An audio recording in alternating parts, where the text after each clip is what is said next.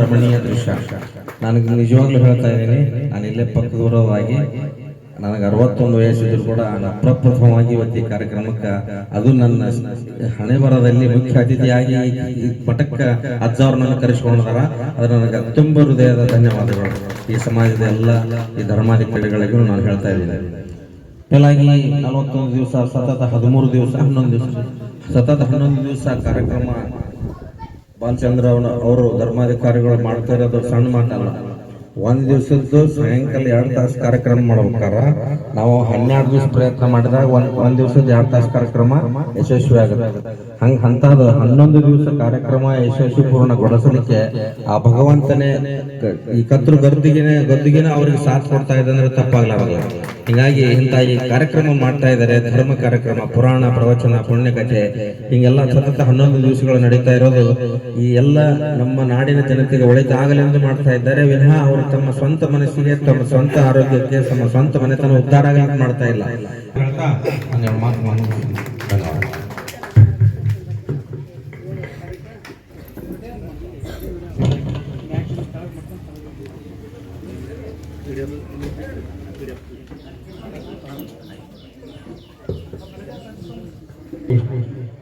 ನಮ್ಮ ಹೃದಯನ ತಟ್ಟುವಂತೆ ಅವರು ಮಾತಾಡಿದ್ದಾರೆ. ತುಂಬ ಹೃದಯಪೂರ್ವಕ ಧನ್ಯವಾದಗಳು. ಅದೇ ಥರ ಶ್ರೀ ರವೀಂದ್ರ ಸರ್ ಬಾಗ್ಲಿ ಅವರು ಸೀನಿಯರ್ ಪ್ಲೂಟನ್ ಕಮಾಂಡರ್ ಗೃಹ ಕುಷ್ಟಿಯವರು ಅವರು 2 ಹಿತನಡುವಣೆಗಳು ಕೇಳ್ಕೊಳ್ತಾರೆ.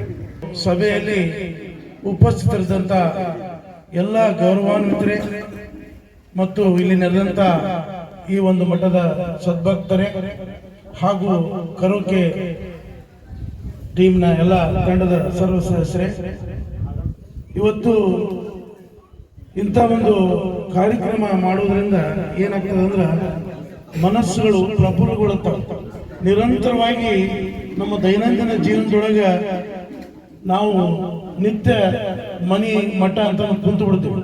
ಒಂದು ಸ್ವಲ್ಪ ಈ ಕಡೆ ಚಿಂತನೆ ಕೂಡ ಹೋಗಿ ನಾವು ಪ್ರವಚನ, ಪುಣ್ಯಕಥೆ ಸ್ವಲ್ಪ ನಾವು ಈ ಕಡೆ ಮನಸ್ಸು ಹಾಕಿದಾಗ ಮಾತ್ರ ನಮ್ಮ ಮನಸ್ಸು ಶಾಂತವಾಗಿರೋದಕ್ಕೆ ಮತ್ತು ಸ್ವಲ್ಪ ಪುಣ್ಯದ ಕೆಲಸಕ್ಕೆ ಸಾಥ್ ಕೊಡುತ್ತೆ. ಅದಕ್ಕಿಂತ ಒಂದು ಪುಣ್ಯದ ಕೆಲಸದೊಳಗೆ ನಮ್ಮನ್ನು ಕೂಡ ತೊಡಗಿಸಿದ ನಮ್ಮ ಬಾಲಚಂದ್ರಪ್ಪನವರು ನಿಜವಾಗ್ಲೂ. ಯಾಕಂದ್ರೆ ಯಾರ್ಯಾರ ಕಾಲಕ್ಕೆ ಏನೇನಾಗಬೇಕು ಆ ಭಗವಂತ ಸೃಷ್ಟಿ ಮಾಡಿ ಕೈ ಬಿಟ್ಟಿರ್ತಾರೆ. ಈ ಒಂದು ತಪೋಭೂಮಿ ಇವತ್ತು ಈ ಒಂದು ಆಕಾರ ಬೇಕಂದ್ರೆ ಅದರ ಶ್ರಮ ಯಾವ್ದೈತೆ ಏನೈತೆ ಅನ್ನೋದು.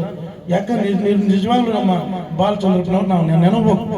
ಅವ್ರಿಗೆ ಹೆಂಗ ಸಾಥ್ ಕೊಟ್ಟಲ್ಲ ಈ ಗ್ರಾಮದ ಗುರು ಹಿರಿಯರು, ನೀವೆಲ್ಲರೂ ಸಾಥ್ ಕೊಟ್ಟಲ್ಲಿ ಇದು ಒಂದು ಸುಕ್ಷೇತ್ರ ಏನಿರ್ತದೆ. ನಿಜವಾಗ್ಲೂ ಇಂಥ ಒಂದು ಮಠದ ಒಂದು ಪರಂಪರೆ, ಒಂದು ಇತಿಹಾಸ ಉಳಿಲಿ ಬೆಳಿಲಿ ಅನ್ನುವಂಥ ಕಳಕಳಿಯೊಳಗ ನಿರಂತರವಾಗಿ 41 ವರ್ಷಗಳ ಸುದೀರ್ಘ ಈ ಒಂದು ಕಾರ್ಯಕ್ರಮ ನಿರಂತರವಾಗಿ ನಡೀತಾ ಇವೆ. ಕಾಲಕ್ಕೆ ಹಲವಾರು ಸೂಫಿ ಸಂತರು ಈ ನಾಡಿನಲ್ಲಿ ಹುಟ್ಟುತ್ತಾ ಇರ್ತಾರೆ. ಹುಟ್ಟಿ ಹಲವಾರು ಪವಾಡಗಳನ್ನ, ಧಾರ್ಮಿಕ ಕಾರ್ಯಕ್ರಮಗಳು ನಿರಂತರವಾಗಿ ಎಲ್ಲಿ ನಡೀತಾವೋ ಅಲ್ಲಿ ಧರ್ಮ ಮತ್ತು ಶಾಂತಿ ನೆಲೆಸಕ್ಕೆ ಸಾಧ್ಯತೆ. ಆ ನಿಟ್ಟಿನೊಳಗ ಇವತ್ತಿನ ಕಾರ್ಯಕ್ರಮ ಹಮ್ಮಿಕೊಂಡ್ರ ಮತ್ತೆ ಇವತ್ತು ಕರೋಕೆ ಸಂಗೀತ ಕೂಡ ಕಾರ್ಯಕ್ರಮ ನಡೀತಾ ಇದೆ. ಬರೇ ಒಂದೇ ನಿಟ್ಟಿನಾಗ ಇರಬಾರ್ದು, ನಾವೆಲ್ಲಾ ರೀತಿಯ ವಿಚಾರ ಮಾಡೋದು. ಸಾಹಿತ್ಯ, ಸಂಗೀತ, ಕಲೆ ಇವುಗಳಿಗೆ ನಾವು ಯಾವಾಗಲೂ ಗೌರವ ಕೊಡ್ತಾ ಇರಬೇಕು. ಆ ಹಿನ್ನೆಲೆಯೊಳಗೆ ಇವತ್ತು ಒಂದು ಕರೋಕೆ ಕಾರ್ಯಕ್ರಮ ಕೂಡ ಈ ಒಂದು ವೇದಿಕೆಯಲ್ಲಿ ಬೆಂಗಳೂರು ತಂಡದವರು ಮತ್ತು ನಮ್ಮ ಕುಷ್ಟಿಗೆ ಸಹ ಕಲಾವಿದರು ಇವತ್ತಿಲ್ಲಿ ತಮ್ಗೆಲ್ಲ ಆನಂದ ಪಡಿಸ್ತಾರೆ. ಯಾಕಂದ್ರೆ ಎಲ್ಲ ಕಲಾವಿದರು ಮೇಲೆ ಆಗಮಿಸಿದ್ದಾರೆ.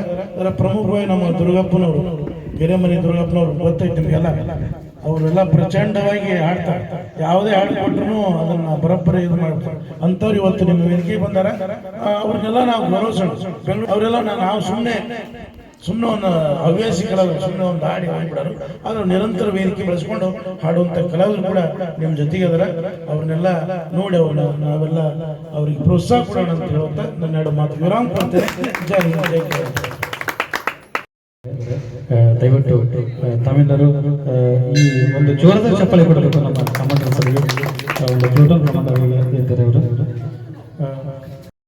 ನನ್ನಿಂದ ಏನು ಸಾಧ್ಯ ಇದೆ, ಭಕ್ತರಿಂದ ಏನು ಸಾಧ್ಯ ಇದೆ, ಸಾಧ್ಯತೆ ಇದೆ ಅಂತ ಅಂದ್ಕೊಂಡು ಭಕ್ತರೆಲ್ಲರನ್ನು ಸೇರಿಸಿಕೊಂಡು ಈ ಶಂಕರಲಿಂಗ ಅಜ್ಜನ ಭಜನಾ ಮಂಡಳಿಯ ಸುಮಾರು ಒಂದು 70-80 ಜನ ಸದಸ್ಯರು ಇದ್ದಾರೆ, ಇವತ್ತಿಗೂ ಕೂಡ ಇದ್ದಾರೆ. ಅಜ್ಜನ ಜೊತೆಗೆ ನಿಕಟ ಸಂಬಂಧವನ್ನು ಹೊಂದಿರುವಂತಹ ಹಿರಿಯ ಆ ಭಜನಾ ಮಂಡಳಿ ಸದಸ್ಯರು ಇದ್ದಾರೆ. ಅವರೆಲ್ಲರನ್ನ ಸೇರಿಸಿಕೊಂಡು ಪ್ರತಿ ವರ್ಷ ಒಂದಲ್ಲ ಒಂದು ರೀತಿಯಾಗಿರುವಂತಹ ಶ್ರೀಮಠದ ಒಂದು ಜೀರ್ಣೋದ್ಧಾರದ ಕೆಲಸವನ್ನು ಕೂಡ ಹಮ್ಮಿಕೊಂಡಿದ್ದಾರೆ. ಇವತ್ತು ಇಷ್ಟು ಭವ್ಯವಾಗಿ ನಾವು ನೀವೆಲ್ಲರೂ ಇಲ್ಲಿ ಸೇರ್ಕೊಂಡು ಇಲ್ಲಿ ಕೂಡ್ತಾ ಇದ್ದೀವಿ. ಯಾಕಂದ್ರೆ ಜನರ ಅನುಗುಣವಾಗಿ ಇಲ್ಲಿ ವ್ಯವಸ್ಥೆಗಳನ್ನು ಕೂಡ ಮಾಡಬೇಕಾಗುತ್ತೆ. ಆ ವ್ಯವಸ್ಥೆಗಳನ್ನು ಸಹಿತ ಅಚ್ಚುಕಟ್ಟಾಗಿ ಬಾಲಚಂದ್ರಪ್ಪ ಅಜ್ಜನವರು ಮಾಡ್ತಾ ಬಂದಿದ್ದಾರೆ. ಇದಕ್ಕೆಲ್ಲದಕ್ಕೂ ಕಾರಣ ಶ್ರೀ ಶಂಕರಲಿಂಗನ ಅಜ್ಜನ ಆಶೀರ್ವಾದ ಮತ್ತು ಇಲ್ಲಿರುವಂತಹ ಎಲ್ಲರ ಹಿರಿಯರ ಸಹಕಾರದಿಂದ ಶ್ರೀಮಠವು ಇನ್ನೂ ಉನ್ನತ ಮಟ್ಟದಲ್ಲಿ ಬೆಳೀತಾ ಹೋಗ್ತಾ ಇದೆ. ಈ ನಿಟ್ಟಿನಲ್ಲಿ ಇಂಥ ಕಾರ್ಯಕ್ರಮಗಳು ಇವತ್ತೇನು ಸ್ವರ ಸಂಗೀತ ಕಾರ್ಯಕ್ರಮ ಅಂತ ಏನ್ ಹೇಳ್ತಾ ಇದೀವಿ, ಕಲಾವಿದರು, ಭಜನೆ, ಧರ್ಮ ಇವೆಲ್ಲವೂ ಒಂದು ಕಡೆ ಸೇರಿದ್ರೆ ಪ್ರಪಂಚದಲ್ಲಿ ಪರಿವರ್ತನೆ ಆಗುತ್ತೆ. ಅದಕ್ಕೆ ಇದೇ ಒಂದು ವೇದಿಕೆಯ ಸಾಧ್ಯ, ಇದೇ ಒಂದು ವೇದಿಕೆ ಸಾಕ್ಷಿ ಅಂತ ಹೇಳುತ್ತಾ ಶ್ರೀಮಠಕ್ಕೆ ಬಂದು ತಾವೆಲ್ಲರೂ ಕೂಡ ಈ ಕಾರ್ಯಕ್ರಮದಲ್ಲಿ ಭಾಗವಹಿಸಿ ಮತ್ತು ಶ್ರೀಮಠದ ಆಶೀರ್ವಾದವನ್ನ ತಾವೆಲ್ಲರೂ ಕೂಡ ಪಡೆದು ಪುನೀತರಾಗಬೇಕಂತ ಹೇಳುತ್ತಾ ನನ್ನ ಮಾತಿಗೆ ವಿರಾಮವನ್ನು ಕೋರ್ತಾ ಇದ್ದೇನೆ. ಎಲ್ಲರಿಗೂ ವಂದನೆಗಳು. ನಮ್ಮನ್ನು ಈ ಶಂಕರ ಪೂಜಾ ಬಗ್ಗೆ ನಮಗೆ ತಿಳಿಸಿಕೊಟ್ಟಿರ್ತಕ್ಕಂಥ ನಮ್ಮ ಶಿಕ್ಷಕರಂತ ನಮ್ಮ ಶಿವಾನಂದ ಹಿರೇಮಠರಿಗೆ ನಾನು ಹೃದಯಪೂರ್ವಕವಾಗಿ ಅದನ್ನು ಹೇಳ್ತಾ ಇದ್ದೀನಿ. ಅದೇ ತರ ಶಿಲೆಗಳ ಸಂಗೀತ ಹಾಡುವೆ ಗೆಳೆಯರ ಬಳಗ ಕುಷ್ಟಗಿ ಹಾಗೂ ಹಿರೇಮನ್ನಾಪುರ ನೀರುಟಿ ಸುತ್ತಮುತ್ತಲಿನ ಎಲ್ಲ ಗ್ರಾಮಗಳ ಭಕ್ತರ ಒಂದು ಸಹಯೋಗದಲ್ಲಿ ಶಂಕರಾಚಾರ್ಯ ಬೆಟ್ಟದಲ್ಲಿ ಹಮ್ಮಿಕೊಂಡಿರ್ತಕ್ಕಂಥ ಈ ಕರುಕೈ ಗಾನಕ್ಕೆ ಸಾನ್ನಿಧ್ಯ ವಹಿಸಿದ ಗುರುಗಳಿಗೆ ವೇದಿಕೆ ಮೇಲೆ ಆಶೀರ್ವಾದ. ಜಾತ್ರೆ ಅಂದ್ರೆ ನಾನು ತಿಳ್ಕೊಳ್ಳೋ ಪ್ರಕಾರ 1 ದಿನ 2 ದಿನ ಪೂಜೆ ಮಾಡಿ ಪ್ರಸಾದ ಮಾಡಿ ಹೋಗೋದಕ್ಕ ಜಾತ್ರೆ ಅನ್ನಂಗಿಲ್ಲ. ನನಗದು ಅನ್ಸಲ್ಲ. ಭಕ್ತರಿಗೆ ಖುಷಿ ಪಡಿಸ್ಬೇಕು, ಭಕ್ತರ ಒಂದು ಮನಸ್ಸನ್ನ ಸಂತೃಪ್ತಗೊಳಿಸ್ಬೇಕು, ಅವರ ಮನಸ್ಸ ಕೇಂದ್ರೀಕೃತವಾಗಬೇಕು.